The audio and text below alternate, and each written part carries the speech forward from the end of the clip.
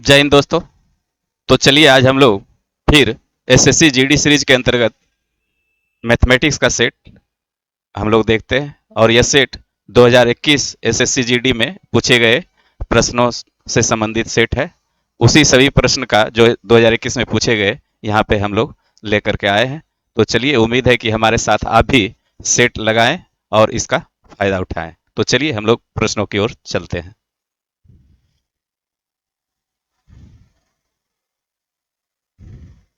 देखिए, पहला क्वेश्चन है यहाँ पे 2400 की राशि पर 20 मार्च 2019 से 31 मई 2019 तक 6.14% की वार्षिक ब्याज दर से प्राप्त साधारण ब्याज ज्ञात कीजिए। ये क्वेश्चन क्या है? ये साधारण ब्याज का क्वेश्चन है और आपका एक डेट दिया हुआ है कि 20 मार्च 2019 से 31 मई 2019 तक 6.14% की वार्षिक ब्याज दर से प्राप्त साधारण ब्याज यानी साधारण ब्याज आपको यहाँ पे निकालना है। तो चलिए इस क्वेश्चन को हम लोग देखते हैं कैसे इसको सॉल्यूशन करते हैं। तो सबसे पहले हमको यहाँ पे क्या है, ये हमें प्रिंसिपल दिया हुआ है और ये हमारा रेट है और हमको यहाँ पे ये डेट में समय दिया हुआ है। तो समय सबसे पहले हम लोग कैलकुलेट करेंगे कि वो कितना साल या महीना है। तो चलिए देखते हैं। तो 20 मार्च क्या है, 2019। तो 20 मार्च, तो मार्च आप लोग जानते हैं कि 31 का होता है। तो 20 दिन निकल गया, अर्थात हमारे पास ये बच गया क्या, 11 दिन। ठीक है, ये 11 दिन बच गया। अब जो है मार्च के बाद क्या होता है, अप्रैल होता है। अप्रैल 2019, तो ये क्या हो जाएगा हमारा, अप्रैल 30 दिन का लगेगा, तो इसलिए 30 दिन ये पूरा। ठीक है, अब जो है 31 मई 2019, तो 31 मई 2019 तक जो है हमारा ब्याज कैलकुलेट करना है। तो 31 मई यानी 31 दिन ये पूरा। इस तरह से टोटल हमारे पास जो समय हो गया, क्या हो गया, 72 दिन। 72 दिनों तक का जो है हमारा वो जो भी धन था रहा, तो इसका ब्याज हमको कैलकुलेट करना है। तो दिन को साल में बदल दीजिए, तो 365 से हम लोग क्या करेंगे, भाग दे देंगे। तो ये हमारा दिन क्या हो गया, वर्ष में बदल गया। अब जो है ब्याज निकालने के लिए साधारण ब्याज का फॉर्मूला लगा दीजिए। तो क्या होता है, पीआरटी बटे 100। तो पी आपका 2400, तो 2400 गुने समय हो गया, रेट हमारा 6 चौक 24 एक 25/4, 25/4 हो गया और बटे 100 होगा यानी 2 जीरो लगा दीजिए फॉर्मूला से। तो क्या हो जाएगा, अब यहाँ पे काट खोट कर दीजिए तो आसानी से आपका रिजल्ट आ जाएगा। 4 छक 24, ये 6 हो गया और 72 पचे 365, 5 हो गया और ये 5 से 5 पचे 25, अर्थात 6 पचे 30, यानी हमारा साधारण ब्याज जो निकल के आया वो 30 रुपये आया है ना। ये हमारा साधारण ब्याज 30 रुपया निकल के आया। कितने दिन का, तो 72 दिन का जो साधारण ब्याज होगा 30 रुपये। इस तरह से ऑप्शन जो आपका गया रुपये 30, सी। सी फॉर चैलेंज फॉर यू। चलिए अगले क्वेश्चन पे हम लोग चलते हैं। आइए, यहाँ पे कह रहा है दो संख्याओं का लघुत्तम समापवर्त और महत्तम समापवर्तक क्रमशः 60 और 5 है। यदि एक संख्या को 2 से विभाजित किया जाता है और भागफल 10 है तो दूसरी संख्या ज्ञात कीजिए। चलिए इसको देखते हैं। तो आप लोग जानते हैं कि लो 100 गुने मो 100 क्या होता है, लो 100 गुने मो 100 बराबर पहली संख्या इंटू दूसरी संख्या, यानी दोनों संख्याओं का गुणनफल। ठीक है, अब क्वेश्चन कह रहा है कि लो 100 और मो 100 इतना है, यदि एक संख्या को 2 से विभाजित किया जाता है और भागफल 10 है तो दूसरी संख्या ज्ञात कीजिए। तो एक संख्या क्या है, एक संख्या ऐसी है जो 2 से विभाजित करने पर, 2 से भाग देने पर संख्या ये है हमारा, और 2 से इसको भाग देते हैं तो भागफल हमारे पास क्या आता है, 20 आता है, सॉरी 10 आता है, 10 आता है। तो इस तरह से संख्या आप निकाल सकते हैं। ये क्या हो गया, हमारा भाजक हो गया, ये भाज्य हो गया, ये भागफल हो गया और नीचे जो आता है हमारा शेष आता है। तो इस तरह से संख्या यानी क्या निकाल सकते हैं, भाज्य हम लोग निकाल सकते हैं। क्या निकालेंगे, तो संख्या बराबर हमारे पास क्या हो गया, भाजक गुने भागफल और जोड़ शेष। तो शेष हमारे पास है नहीं, ये 10 है, 10 दूना 20, यानी संख्या हमारा जो पहली संख्या निकल के आया 20 आया। तो इस तरह से लोसो हमारे पास कितना है, लोसो हमारा 60 हो गया और मोसो हमारा 5 हो गया और पहली संख्या यानी इसको मान ले तो 20 हो गया। तो दूसरी संख्या के बराबर ये हमारा पूछा जा रहा है कि दूसरी संख्या क्या होगा। तो यहां से आप काट दिए, 20 दिया 60 अर्थात दूसरी संख्या बराबर 15। यही 15 आपका रिजल्ट हो गया, जो कि ऑप्शन आपका जाएगा B for best of luck. तो इस तरह से हम लोग सॉल्व आसानी से कर दिए, कोई इसमें दिक्कत नहीं था। चलिए आगे आइए, किसी धनराशि पर 8% वार्षिक ब्याज दर से 2 वर्ष में प्राप्त साधारण ब्याज और वार्षिक रूप से चक्रवृद्धि होने वाले चक्रवृद्धि ब्याज के बीच अंतर 16 रुपये 80 पैसे है, तो वह धनराशि ज्ञात कीजिए, है ना। ये हमारा क्या पूछा जा रहा है, यहाँ पे चक्रवृद्धि ब्याज और साधारण ब्याज का अंतर दिया हुआ है। अंतर क्या है, 16 रुपये 80 पैसे।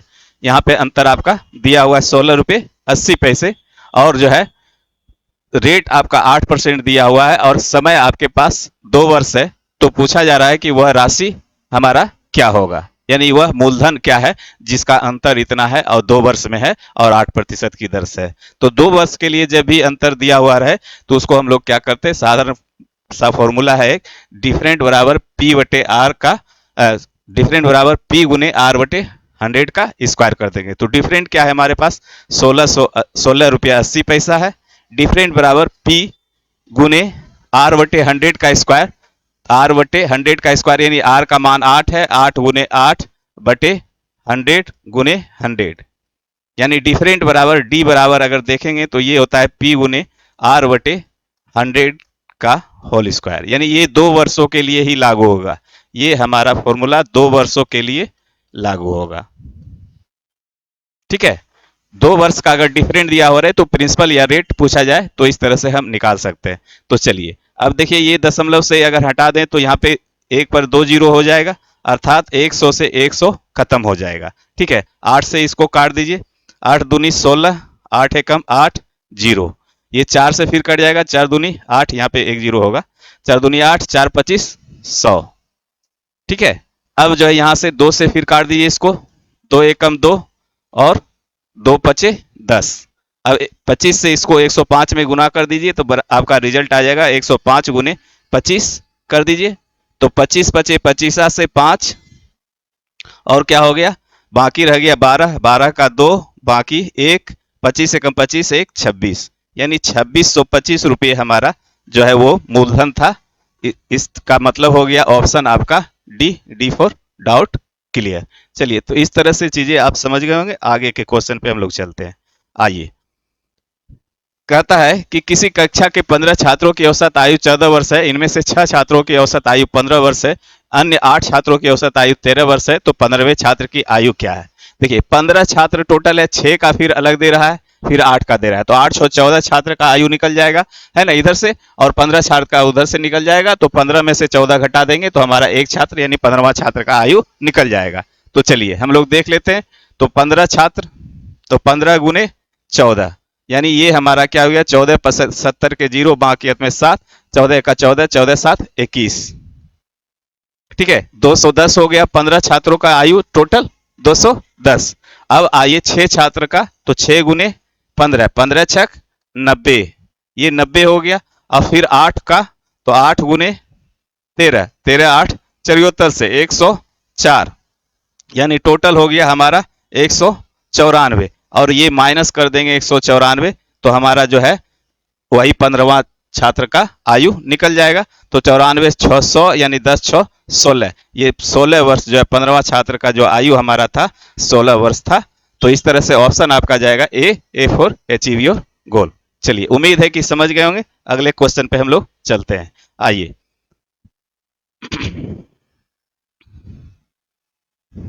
अगला क्वेश्चन है वह अनुपात ज्ञात कीजिए जिसके दोनों पक्षों का अंतर 45 और प्राप्त मान 4/7 के बराबर हो। यानी कि क्या कर रहा है, वह अनुपात ज्ञात कीजिए जिसके दोनों पदों का अंतर 45 है और प्राप्त मान 4/7 के बराबर है। तो दोनों पद मान लिया जाए, अनुपात वह x/y है, तो x/y यानी कि दिया हुआ है x माइनस वाई बराबर आपका 45 और x बटे प्राप्त मान 4/7 के बराबर, यानी x बटे वाई का मान जो दिया हुआ है हमारे पास 4/7 है। और इस तरह से जो है वो पूछ रहा है कि वह अनुपात क्या होगा, यानी एक्स बटे वाई क्या होगा। तो अब हम लोग देखते हैं, सबसे पहले हम लोग ये ऑप्शन से इसको जो है हल करने का कोशिश करते हैं। ऐसे क्वेश्चन को ऑप्शन से ही हल करने में फायदा है। तो चलिए x माइनस वाई 45, यानी x और y का डिफरेंट जो देखते हैं 45 किस किस में है, ऑप्शन को चेक करते हैं। तो 60 40 100, यानी ये 45 है, और ये 50 30 80, ये इतना हो गया, 10 में से 5 गया 5, और बाकी 7 में 3, ये भी 45 है, और ये भी 40 20 60 5 65, ये भी 45 है, और सभी 45 45 आपका है। ठीक है, चलिए तो सभी डिफरेंट 45 है, ये तो हम लोग देख लिए। अब देखते हैं कि x बटे वाई 4/7 कौन होता है। तो सबसे पहले हम लोग पहला ऑप्शन चेक करते हैं। पहला ऑप्शन 60/105, तो ये क्या होगा, 15 चौके 60, 15 सती 75 से 4/7 पहला ऑप्शन आया। इसका मतलब पहला ऑप्शन ही आपका सही हो जाएगा, बाकी आप जो है कोई सही नहीं होगा। 4। अगला क्वेश्चन देखते हैं हम लोग। अगला क्वेश्चन क्या है, यहाँ पे कह रहा है कि यदि एक ईंट की माप 28 सेंटीमीटर इंटू 18 सेंटीमीटर गुने 6 सेंटीमीटर है, तो 21 मीटर लंबी, 12 मीटर ऊंची और 36 सेंटीमीटर मोटी दीवार बनाने के लिए कितने ईंटों की आवश्यकता होगी। तो ध्यान दीजिएगा, यहाँ पे देखिए क्वेश्चन को ध्यान से पढ़ना बहुत जरूरी होता है। एक्चुअली है क्या, देखिए यहाँ पे 28 सेंटीमीटर गुने 18 सेंटीमीटर गुने 6 सेंटीमीटर का ईंट है, और यहाँ क्या है 21 मीटर लंबी और 12 मीटर ऊंची दीवार और 36 सेंटीमीटर मोटी। यहाँ पे जो मोटी कहा गया है वो सेंटीमीटर में दिया हुआ है ना, और बाकी ये दो गो मीटर में है और ये सभी सेंटीमीटर में। तो सभी को हम लोग एक पैमाना में बदल लेते हैं, या सेंटीमीटर कर देंगे या मीटर कर देंगे। तो होगा क्या, लंबाई चौड़ाई इंटू ऊंचाई, है ना, लंबाई चौड़ाई, चौड़ाई मीन्स मोटी है ना, या जो है चौड़ी। ठीक है, तो हम लोग क्या बना रहे हैं 21 मीटर, तो इसको सेंटीमीटर बदल दें तो 2100 सेंटीमीटर हो जाएगा। अगुने 12 मीटर ऊंची, यानी 1200 मीटर या 1200 सेंटीमीटर, सॉरी 12 मीटर का मतलब हो गया 1200 सेंटीमीटर ऊंची, 100 सेंटीमीटर बराबर 1 मीटर, तो 21 मीटर बराबर 2100 सेंटीमीटर। एक उसी तरह से 12 मीटर बराबर 1200 सेंटीमीटर, अगुने 36 सेंटीमीटर, ये 36 ऑलरेडी सेंटीमीटर में है ही, इसको छोड़ देते। तो इतना गुना इतना हमको जो है दीवार बनाना है, और ईंट का साइज क्या है 28 गुने 18 गुने 6 सेंटीमीटर, भागा दे दीजिए उससे, बाकी हमारा ईंटों की संख्या निकल जाएगा, है ना। ये हो गया 6। अब जो है काट दीजिए, तो क्या काटते हैं, सबसे पहले 7 चौके 28 और 7 या 21 300। ठीक है, अब यहां से काट दिए 6 पचे 30, यानी ये हो जाएगा हमारा 50। ठीक है, और अब 4 नमा 36, 9 दूनी 18, 2 25 50, है ना। अब ये गुना कर दीजिए, तो 25 जीरो के जीरो, अब 25 दूना 50 के जीरो, अब 25 से कम 25, अब 5 30, यानी 3 पे 4 जीरो, यानी 30,000 ईंट की हमें आवश्यकता होगी। ठीक है, चीजें आप समझ गए होंगे। ऑप्शन आपका जो जाएगा सी फॉर चैलेंज फॉर यू। ठीक है, तो चलिए अगले क्वेश्चन पे हम लोग चलते हैं। आइए यहाँ पे देखिए अगला क्वेश्चन क्या कर रहा है, एक व्यक्ति ने एक कार रुपये 3,80,000 में बेची और उसे 5% की हानि हुई।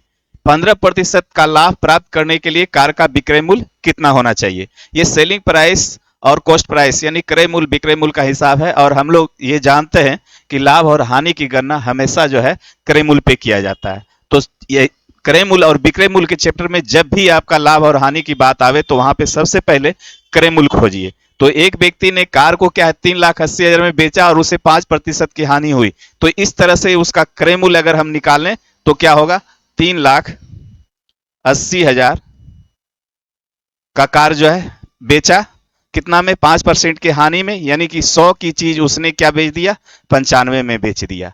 ठीक है, तो ये हमारा क्या हो गया, क्रय मूल्य हो गया। अब इसी पे हमको इस क्रय मूल्य पे 15% का लाभ चाहिए, तो हमको क्या चाहिए, 100 का चीज 115 में बेचना है और 100 का चीज 115 में बेचना है।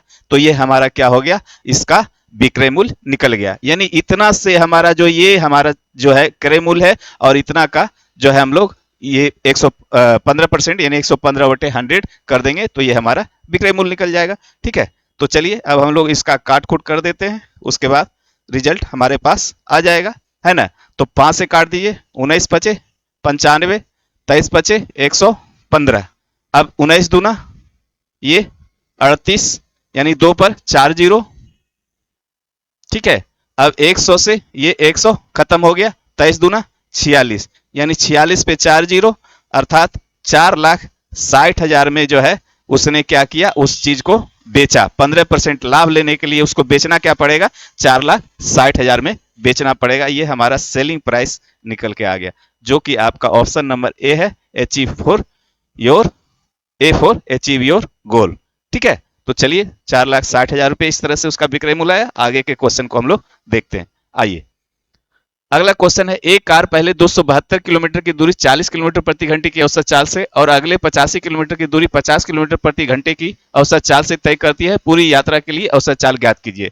ये बता दें कि ये सभी क्वेश्चन जितना भी हम यहाँ पे लाए हैं, सभी जो है एसएससी जीडी 2021 में पूछा गया क्वेश्चन है। ये शिफ्ट थर्ड का है, चूंकि यहाँ पे शिफ्ट 4 नहीं होगा, यहाँ पे थर्ड होगा, ये मिस्टेक है। 1/21। ठीक है, तो चलिए हम लोग देखते हैं। तो क्या है, कार का औसत चाल यहां बताना है। तो औसत चाल बराबर हम लोग जानते हैं क्या होता है, कुल दूरी बटे कुल समय।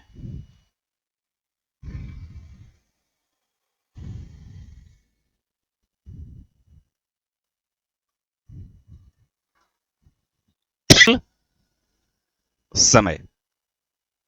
आइए हम लोग देखते हैं। तो 272 किलोमीटर और फिर क्या है 85 किलोमीटर। तो दूरी हमारे पास क्या है, 272 प्लस 85, ये कुल दूरी हमारा हो गया। समय, तो समय क्या है, 272 किलोमीटर की दूरी 40 किलोमीटर की औसत चाल से चलता है। तो हम समय निकाल सकते हैं। तो समय बराबर क्या होता है, दूरी बटे चाल, अर्थात 272 बटे क्या कर देंगे, 40 किलोमीटर बटे में कर देंगे, तो ये हमारा समय निकल गया। प्लस अगला जो है 85 किलोमीटर 50 से, तो प्लस 85 बटे 50, ये हमारा समय दोनों निकल गया। दोनों समय जुड़ जाएगा और दोनों दूरी जुड़ जाएगा, तो ये हमारा हो जाएगा औसत चाल। आइए अब आगे देखते हैं। आगे इसको जोड़ दीजिए, तो 5 2 7 8 7 15, यानी 300, ये हमारा 57 हो गया। ठीक है, अब ये 40 50 का एलसीएम ले लीजिएगा, तो हमारे पास क्या आ जाएगा, एलसीएम हमारा 200 आ जाएगा। ठीक है, और 40 बचे 2 से 5 से ये गुना कर दिए, तो 5 दूना 10 के 0, 5 7 35, 1 36 के 6, बाकी अंत में क्या हो जाएगा आपका 3, 5 दूना 10 और 3 13, ये 1360 हो जाएगा। प्लस ये पंचों के 20 40 हो जाएगा, 40 सॉरी 40 नहीं 4 हो जाएगा, है ना, पंचों के 20 4 हो जाएगा। 4 से इसको गुना कर दिए, 4 5 20 के 0, बाकी अंत में 2 और चौराठी 32 और 2 34, 340। ठीक है, अब इसको जोड़ दीजिए 300, तो हमारे पास आएगा क्या, 357। ये बटे यानी कि भाग में है, तो गुना में कर दीजिए, ये 200 हमारा ऊपर चला जाएगा और नीचे क्या आ जाएगा, 13 60 40 यानी 14 3 1700। ठीक है, ये 1700 हो गया हमारा।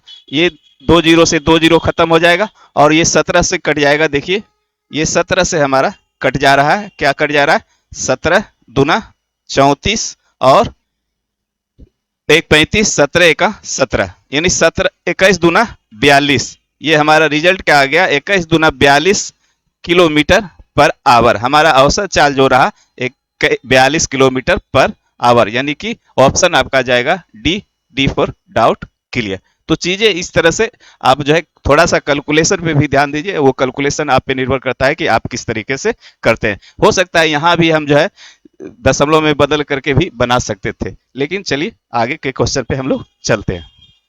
आइए, कहता है मोहन और रमेश मिलकर एक कार्य को 15 दिनों में पूरा कर सकते हैं। मोहन रमेश से 50% अधिक कुशल है। अकेले मोहन द्वारा कार्य को पूरा करने में लिया गया समय क्या होगा। तो आइए, ये टाइम एंड वर्क का है और यहाँ पे क्या है, कुल दिन दिया हुआ है दोनों का और इफिशियंसी दोनों का दिया हुआ है। आइए हम लोग देखते हैं। मोहन और क्या है, रमेश। तो रमेश से 50% अधिक दक्ष है कौन, मोहन, यानी कि ये 100% अगर है तो ये 150% हो जाएगा, है ना। ये आपका इफिशियंसी है, ध्यान दीजिएगा। ये हमारा इफिशियंसी मीन्स क्षमता है। मोहन की क्षमता 150 काम करने की है सेम समय में, तो रमेश की क्षमता 100 काम करने की है सेम समय में, यानी सेम समय में ये 100 काम कर सकता है तो ये 150 काम कर सकता है, यानी मोहन की क्षमता अधिक है। आइए अब जो है देखते हैं, ये 0 से 0 खत्म कर दीजिए और इसको 5 तिया 15 और 5 दूनी 10, यानी दोनों का इफिशियंसी क्षमता का अनुपात जो आ गया 3:2। देखिए जब भी आपका इफिशियंसी का क्षमता हो और टोटल दिन दिया हो, तो सबसे पहले जो है हम लोग काम खोजते हैं। ऐसे भी टाइम एंड वर्क चैप्टर में हमेशा जो है काम को ढूंढिए, चूंकि इसको हम लोग डे बना सकते हैं, डे बना देंगे, उल्टा में क्या हो जाएगा, डेज हो जाएगा, लेकिन इससे रिजल्ट जो आपका आएगा गलत आ जाएगा। तो इसलिए सबसे पहले जो है, जब भी आपका डेज का भी अगर रेशियो दिया हो रहा है तो उसको इफिशियंसी में बदलिए, इफिशियंसी में बदल करके उसको सबसे पहले काम खोजिए कि काम हमारा टोटल क्या है। तो यहाँ पे इफिशियंसी का क्षमता 3:2 है, तो टोटल इफिशियंसी हमारे पास कितना आ गया, 5, यानी 3 + 2, टोटल इफिशियंसी 5 आ गया, है ना। और हमारा जो है टोटल दिन क्या है, 15 है, तो इफिशियंसी गुने डेज बराबर हमारा क्या हो जाएगा, वर्क हो जाएगा। ये हमारा 75 काम, ये हमारा वर्क हो गया। 75 काम हमें करवाना है। अब दोनों से करवा लें या अलग अलग करवा लें, इससे कोई फर्क नहीं पड़ता है, लेकिन जो क्वेश्चन का डिमांड है उसके अनुसार हम लोग अब चलेंगे। ठीक है, तो अब जो है हमारा काम क्या करवाना है, 75 करवाना है। और किससे करवाना है, अकेले मोहन द्वारा कार्य को पूरा करने में लिया गया समय। अब जो है यहां से टाइम निकाल दीजिए, तो मोहन का समय है ना, एम का समय क्या हो जाएगा, तो समय बराबर आप लोग जानते हैं कि अब जानते हैं कार्य बटे इफिशियंसी, तो कार्य और मोहन का इफिशियंसी 3, तो 3 से इसको भाग कर देंगे, 3 × 25 = 75, अर्थात 25 दिन में जो है मोहन वो काम को कर देगा। 25 दिन कहें तो option D for doubt clear. चीजें आप समझ गए होंगे। चलिए आगे के क्वेश्चन पे हम लोग चलते हैं। आइए, अगला क्वेश्चन है, एक वस्तु का अंकित मूल्य ₹400 था, किंतु दुकानदार ने इस पर 25% और 15% की दोहरी छूट दे दी। उसने वस्तु को कितने में बेचा। यहाँ पे विक्रय मूल्य है ना, दुकानदार बेचा तो ग्राहक खरीदा, यानी ग्राहक का क्रय मूल्य, दुकानदार का विक्रय मूल्य। अंकित मूल्य यानी मार्क प्राइस क्या था, 400 था, और 400 की चीज को उसने क्या किया, पहले 25% का डिस्काउंट दिया, अर्थात 100 का चीज उसने कितना में, 75 में बेच दिया। ठीक है, अब जो है उस पर फिर डिस्काउंट दिया, कितना, 15%, यानी 15 का मतलब 100 का चीज 85 में वो बेच दिया। अब जो है इसको काट-कोट कर दीजिए, यही उसका विक्रय मूल्य था। तो 2 जीरो से 2 जीरो खत्म कर दीजिए। ठीक है, 25 दिया 75, अब 25 चौके 100, 4 से ये 4 खत्म हो गया, 3 से इसको गुना कर दीजिए, 3 × 5 = 15, 3 × 8 = 24, 1 × 25, यानी 255 रुपए में उसने उसको बेचा था और ग्राहक ने 255 रुपए में खरीदा था। तो चलिए इस तरह से आप आसानी से समझ गए होंगे। अगले क्वेश्चन पे आइए। अगला क्वेश्चन कहता है, दो धनात्मक संख्याओं का अनुपात 3:4 है, यदि उनके घनों का योग 728 है तो इन संख्याओं का योग क्या होगा। ठीक है, दो धनात्मक संख्याओं का अनुपात यानी रेशियो क्या दिया हुआ है, 3:4, तो हम संख्या मान लेते हैं 3x और 4x। अब क्या कह रहा है, यदि उनके घनों का योग, तो घनों का योग तो 3x का घन कर दीजिए और इसको जोड़ देना है, 4x का घन कर दीजिए और जोड़ देंगे, तो जोड़ने के बाद हमारा योग क्या है, 728 है। ये आपका क्वेश्चन से दिया हुआ है। ठीक है, तो 3 × 3 = 9 × 27x³ प्लस 4 × 4 = 16 × 4 = 64x³ बराबर 728। ये जोड़ दीजिए तो क्या हो जाएगा, 7 × 4 = 11, 6 × 2 = 8, 1 = 9, 91x³ बराबर 728। ठीक है, अब देखिए ये 8 से कट जाएगा, 8 × 1 = 8, 8 × 9 = 72, यानी x³ बराबर हमारे पास निकल के आया 8, इसलिए x का मान हमारे पास क्या हो जाएगा, घनमूल 8, यानी घनमूल 8 कहें तो 2, यानी x का मान हमारे पास 2 आ गया, तो संख्या हमारे पास निकल के आ जाएगा क्या, 6, 3 दूनी 6 और 4 दूनी 8, है ना। संख्या हमारे पास क्या आया, 8 और 6 और 8, 6 और 8 हमारा संख्या आ गया। अब क्या कह रहा है, तो इन संख्याओं का योग क्या होगा, तो 6 + 8 अर्थात 14। ये हमारा रिजल्ट हो गया, जो क्वेश्चन का डिमांड था, सी फॉर चैलेंज फॉर यू। ठीक है, तो चीजें आप समझ गए। चलिए हम लोग अगले क्वेश्चन पे चलते हैं। आइए अगला क्वेश्चन देखिए, दो शंकुओं की ऊंचाई का अनुपात 2:1 है और उनकी त्रिज्याओं का अनुपात 1:2 है, उनके आयतन का अनुपात ज्ञात कीजिए। तो आप लोग जानते होंगे शंकु का आयतन बराबर क्या होता है, 1/3 πr² h।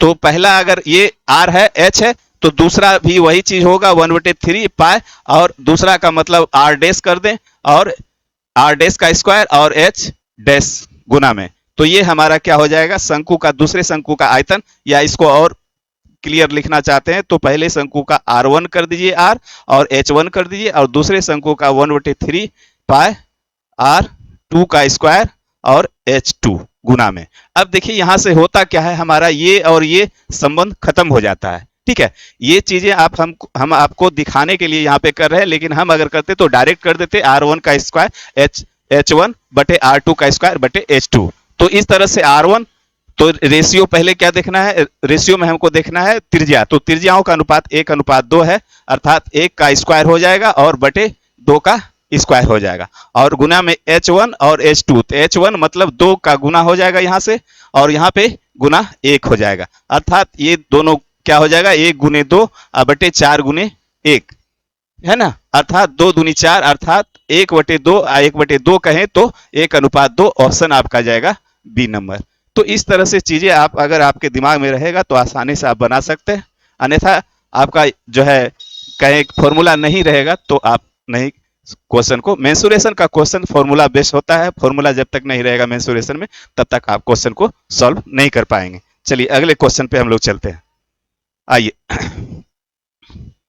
मिश्र धातु ए का 40 केजी मिश्र धातु बी के 63 केजी में मिलाया जाता है, यदि मिश्र धातु ए में लेड और टीन का अनुपात इतना है, ठीक है, और मिश्र धातु बी में टीन और तांबे का अनुपात इतना है, तो नई मिश्र धातु में टीन की मात्रा ज्ञात करें। यानी कि ए और बी दो तरह का यहाँ पे धातु है ना, मिश्र धातु है, यानी कि ए और बी दो मिश्र धातु है, यानी मिश्रण है, इसमें कुछ ना कुछ क्या चीज है मिश्रण। तो यदि मिश्रण क्या है, पहले में क्या मिला है, लेड और टीन का अनुपात, ए में लेड और टीन है, तो ए में क्या है हमारा लेड और टीन, इसमें क्या है लेड और टीन है, ध्यान दीजिएगा।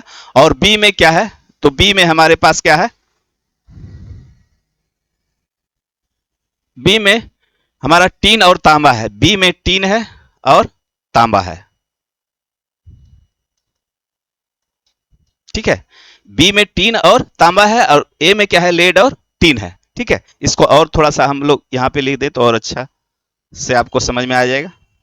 यहाँ पे टीन है, यानी टीन क्या है, दोनों में कॉमन है, ध्यान दीजिएगा, लेड और टीन और तांबा, यानी टीन दोनों में कॉमन है, और यही टीन की मात्रा पूछा जा रहा है कि ये दोनों को अगर मिला दें तो तीसरा एक धातु बनेगा, और तीसरे धातु में टीन की मात्रा क्या है। तो चलिए हम लोग पहले देखते हैं, मिश्र धातु ए का क्या है 40 किलो लेना है, तो 40 किलो लेंगे तो टोटल कितना, 2 3 5 है ना, 2 3 क्या हो गया 5, यानी टोटल रेशियो में 5, इसलिए रेशियो 1 का मान कितना हो जाएगा, 5 का मान 40 है ना, 2 3 5, रेशियो 5 का मान आपका 40 है, तो 1 का मान क्या हो जाएगा 5 40, यानी 8, इसका मतलब हुआ 8 दूना 16 केजी लेड है इसमें, और 8 24 केजी इसमें टीन है। ठीक है, पहले धातु में क्या है, पहले मिश्र धातु में लेड क्या है 16 केजी है और टीन 24 केजी है। आइए दूसरे में देखते हैं, 5 2 7, दूसरे में रेशियो 7 का मान आपके पास दिया हुआ है 63 केजी, तो 63 केजी रेशियो 1 का मान हमारे पास कितना आ जाएगा, 7 9 63 9, अर्थात 9 केजी का मतलब 9 दूना 18 केजी क्या हो गया, दूसरे में टीन है ना, और 9 5 45 केजी हमारा क्या है, तांबा है।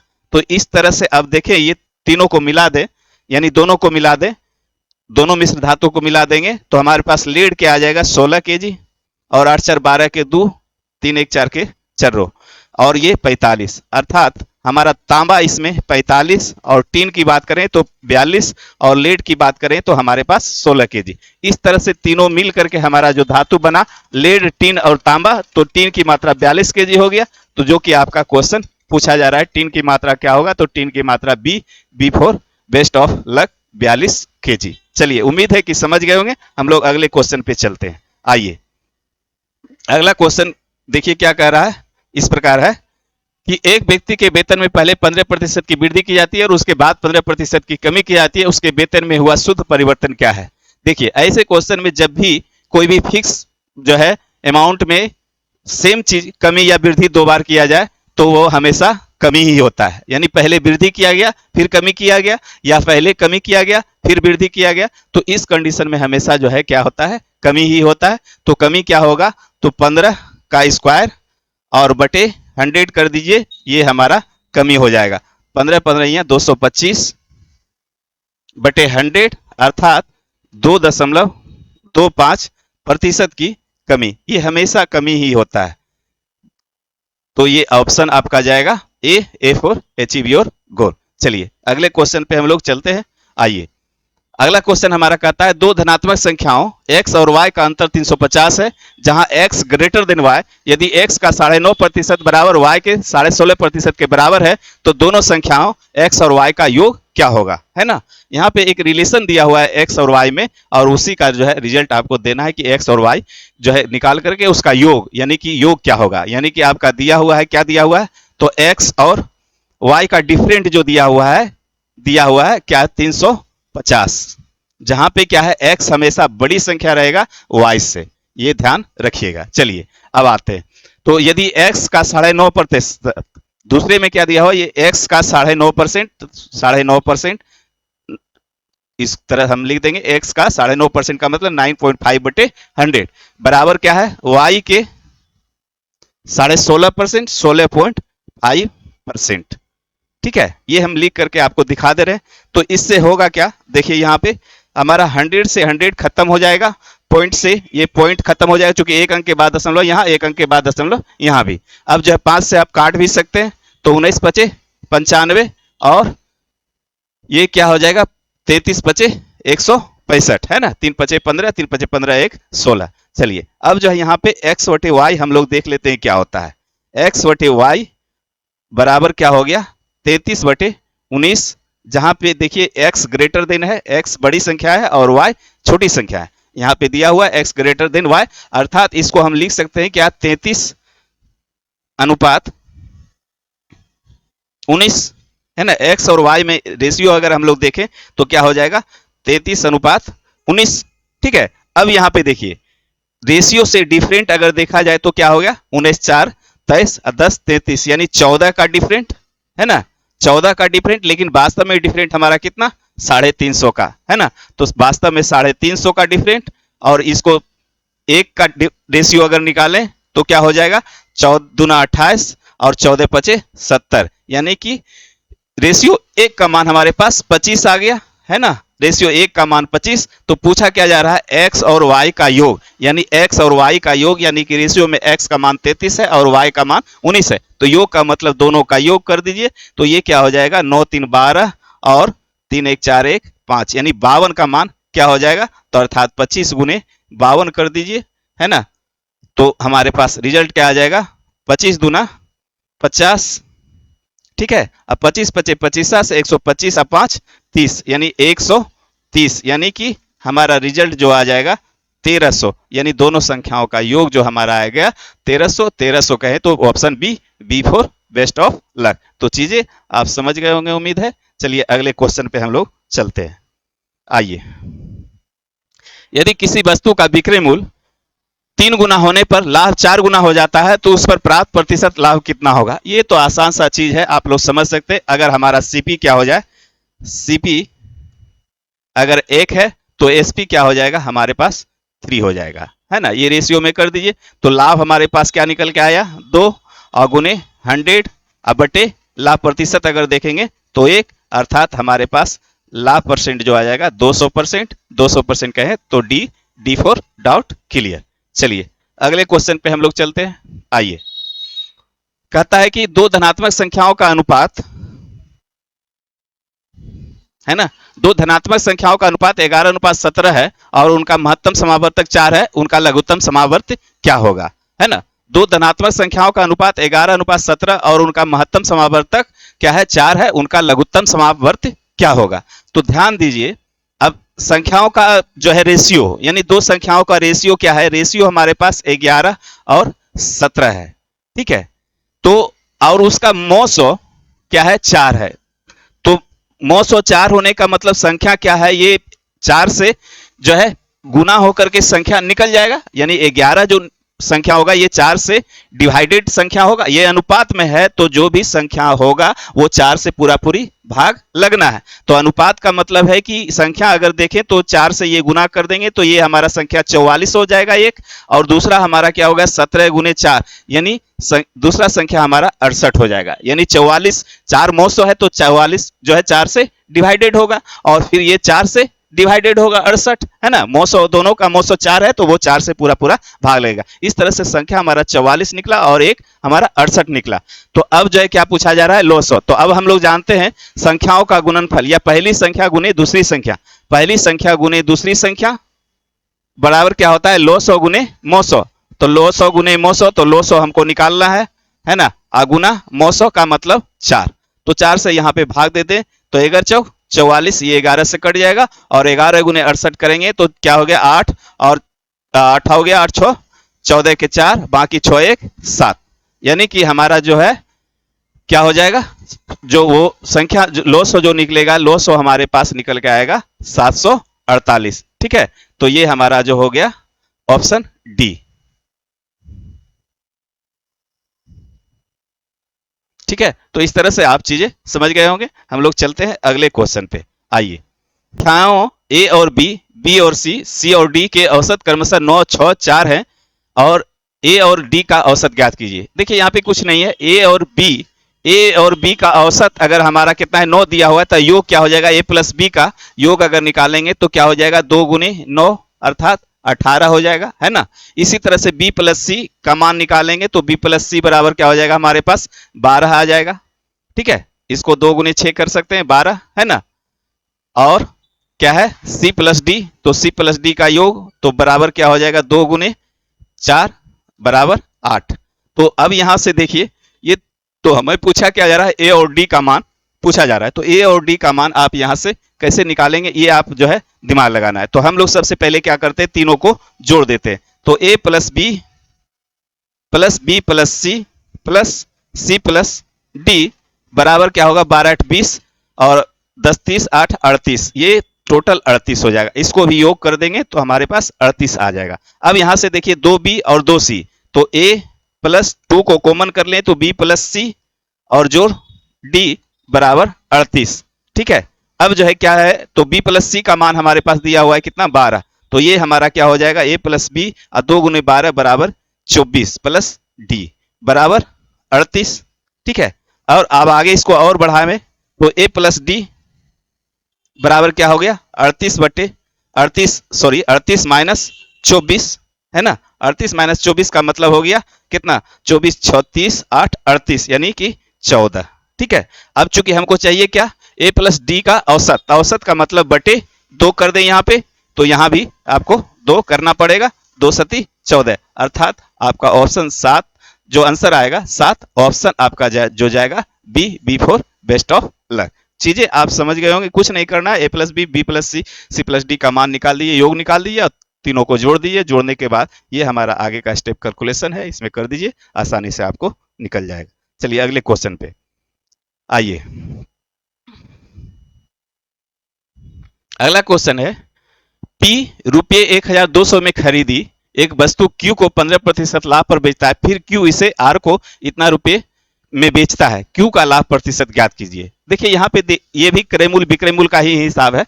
तो सबसे पहले हम लोग बात वही करेंगे कि लाभ जब भी या हानि निकालना हो तो सबसे पहले क्रय मूल्य देखा जाएगा। तो पी क्या है, पी जो है बेच रहा है, पी बेच रहा है किसको, क्यू को, है ना।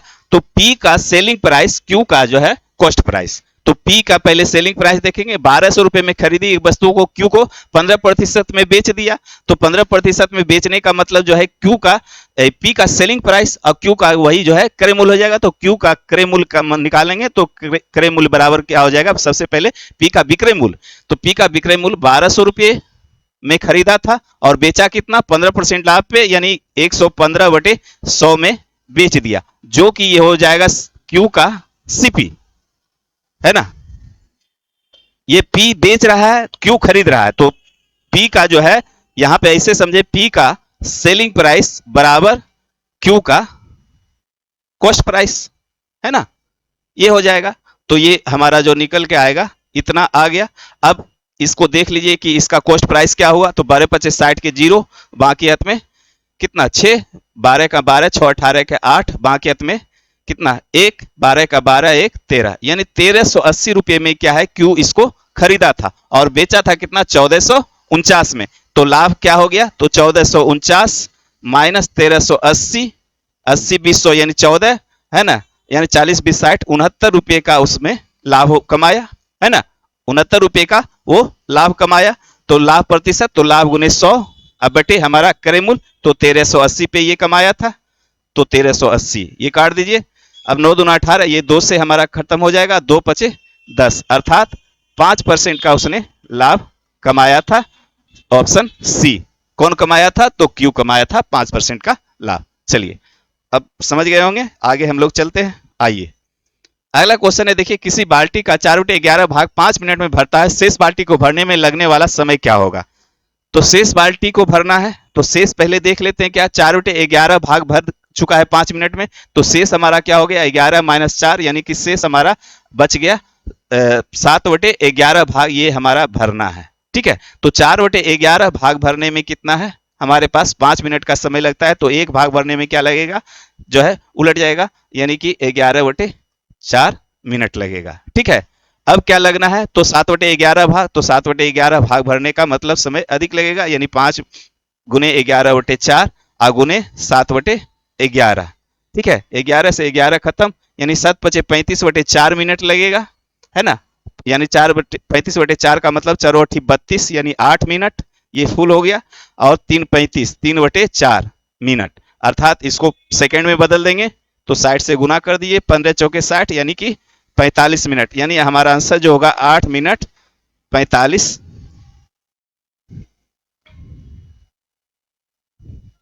8 मिनट 45 सेकेंड जो है हमारे पास उसको भरने के लिए, यानी शेष भाग भरने के लिए हमको इतना समय लगेगा। Option D, D for doubt clear. चलिए, ए काज को 18 दिनों में कर सकता है, ए और बी एक साथ काज करते हुए उसी काज को 8 दिनों में कर सकते हैं, जबकि बी और सी एक साथ काज करते हुए उसी काज को 6 दिनों में कर सकते हैं। ए, बी और सी एक साथ काज करते हुए उसी काज को कितने दिनों में कर सकते हैं? ये टाइम एंड वर्क से संबंधित हिसाब है, तो सबसे पहला काम होता है हम लोग को ऐसे हिसाब में, टाइम एंड वर्क में सबसे पहले काम ढूंढना है ना। तो चलिए हम लोग काम को ढूंढते हैं पहले। तो ए क्या है? ए 18 दिनों में कर सकता है, ठीक है। और बी क्या करेगा? ए और बी दोनों मिल करके जो है कार्य को क्या है 8 दिनों में कर सकता है, ए प्लस बी 8 दिनों में, और बी और सी उसी काम को 6 दिनों में कर सकता है, बी प्लस सी 6 दिनों में। अब हम लोग क्या करते हैं, ये तीनों का एलसीएम बना लेते हैं, है ना। तो 8 6 18 का एलसीएम अगर निकालेंगे तो हमारे पास क्या आ जाएगा? 72 आ जाएगा, है ना। तो ये इफिशियंसी निकल जाएगा, 18 चौक 72 4, और ये 8 9 72, और 12 छक 72 12, यानी कि तीनों का इफिशियंसी यानी क्षमता हमें पता चल गया। अब पूछा क्या जा रहा है, ए बी और सी एक साथ कार्य करते हुए उसी कार्य को कितने दिनों में करेंगे? नहीं, ए प्लस बी प्लस सी जो है उस काम को कितने दिनों में कर सकता है। अगर तीनों को लगा दें तो हमारे पास क्या समय आएगा, व्हाट, है ना। तो चलिए अब पहले हम जो है ए बी, चूंकि ए बी सी तीनों का निकालने के लिए ए का क्षमता चाहिए, ए का क्षमता चाहिए, बी का क्षमता चाहिए और सी का क्षमता चाहिए अलग अलग। तो ए का क्षमता तो हमारे पास है, लेकिन बी का क्षमता नहीं है, तो हम आसानी से निकाल सकते हैं। क्या कर सकते हैं? ए प्लस बी बराबर हमारे पास क्षमता दिया हुआ है 9, तो ए का मान जो अगर 4 है तो बी का मान हम आसानी से निकाल सकते हैं। तो बी बराबर क्या हो जाएगा? 9 में से 4 चल जाएगा 5, ठीक है। बी का मान हमारे पास 5 निकल के आया, तो बी का मान अगर 5 है तो बी प्लस सी का मान 12 दिया हुआ है, तो इसलिए सी का मान भी हम लोग निकाल सकते हैं। सी बराबर क्या हो जाएगा? 12 में से 5 चला जाएगा, यानी 12 माइनस 5 कर दिए, तो सी का क्षमता हमारे पास 7 निकल के आएगा। और ए का मान हमारे पास दिया हुआ है, ए बराबर क्या है? 4। ए का मान हमारा दिया हुआ है इफिशियंसी 4। तो अब जो है ए प्लस बी प्लस सी की इफिशियंसी अगर हम देखा जाए तो क्या हो सकता है? ए प्लस बी प्लस सी बराबर क्या हो जाएगा? इसके बराबर क्या हो जाएगा? 5 7 12 4 16, है ना। अगर यहाँ पे ए का मान रखा जाए, रख देते हैं आपको 4, और बी का मान हमारे पास 5 और सी का मान हमारे पास 7, यानी टोटल इफिशियंसी हमारा 16 हो गया। और काम हमें क्या करवाना है? 72, तो अर्थात 72/16 समय, यानी टाइम यहाँ पे निकल रहा है। समय क्या निकलेगा? 72/16, ठीक है। ये 16 है ना। 8 से काट दिए, 8 9 72, 8 दूनी 16, 9/2, 9/2 का मतलब 4.5 दिन, ठीक है। ये हमारा 4.5 दिन निकल गया, ठीक है। अर्थात 4.5 दिन कहें तो हमारा ऑप्शन डी जाएगा, डी फॉर डाउट क्लियर। चलिए हम लोग अगले क्वेश्चन पे चलते हैं। अब आइए अगला क्वेश्चन है, एक दुकानदार एक सोफा सेट पर 12% की छूट देकर इसे 17,776 में बेचता है। सोफा सेट का अंकित मूल्य क्या है? आइए यहाँ पे क्या पूछा जा रहा है, यहाँ पे पूछा जा रहा है अंकित मूल्य, यानी वो मार्क प्राइड क्या किया था, यहाँ पे आपका विक्रय मूल्य दिया हुआ है, ठीक है। तो क्या है, 17,776 की चीज को क्या बेच रहा है, 12% छूट दे करके कितना में बेच रहा है, तो ये बेच रहा है 17,776 में। तो हमको चाहिए मार्क प्राइड, यानी 100 का चीज वो बेच रहा है कितने में, जो है 88 रुपये में, 88, 89, 90, 10, 100 है ना। तो ये इसका मार्क प्राइड निकल जाएगा। अब जो है काट दीजिए, पहले कितना से काट दें, तो हम लोग काटते हैं पहले 4 से, 2 से, 2 चौके 8, 2 पचे 10, 4 से भी काट सकते थे। चलिए अब क्या करते हैं, 11 से कट जाएगा है ना। चलिए 11 चौक 44 और 11 एक 11, 11 छः 17, 11 छः 66, 11 एक 11, 11 छः 17, 11 छः 66, 4 से फिर इसको काट दीजिए, 4 चौक 16, 0, 4 चौक 16। अब इसको गुना कर दीजिए, तो गुना करने के बाद 0, 5 के 20 के 0, 20 के 20 100, यानी 5 के 20, यानी 20,200 रुपये उसका जो है अंकित मूल्य मार्क प्राइड 20,200 रुपये था। ऑप्शन आपका A for achieve your goal. तो इस तरह से हमने जो है आज 20, 21, 22 क्वेश्चन का जो है हम जो है ये सेट बनाए थे। अगर सेट आपको अच्छा लगे तो हमारे वीडियो को लाइक एंड सब्सक्राइब जरूर कीजिए। ये 2021 जीडी में पूछे गए सभी प्रश्न थे। थैंक यू, धन्यवाद।